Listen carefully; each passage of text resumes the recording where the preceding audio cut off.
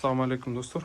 Bugün bolsa bugün ertең менен могу дорпор коюбуз өлүп калды.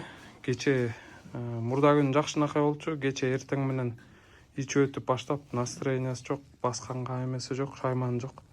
Бир жерде турду. Бул эт багытындагы кой болчу. Жалпы жакшынакай эле жүргөн. Кечинде эми жакшы болуп калат го деп суу берип эме кылган болчук. Анан эртең менен келсем, уже үзүлүп аттыр бычак тартканга жетишпей калдым.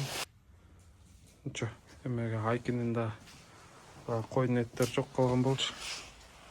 Азыр муну терисин чыгарып, устуккандап, майдалап, айкиге ылайыктап, тамакка ылайыктап бөлүп коебуз. Мен билбей койдум, такыр эмете албай койдум. Курт дейин десем, курт эмес окшойт. Не болуп кетти билбейм, өзүм да түшүнбөй калдым. Аябай эле шалдырап туруп алды да, туруп эле шалдырап калды. Анан мен байкагандардан эмчегинин асты карасаң, могу жерлери аябай кызарып кеттир да. Кече көрдүм ушунчу, могу жерлер айы тырышып, эмне болуп, кан уюп ушундай болуп калды.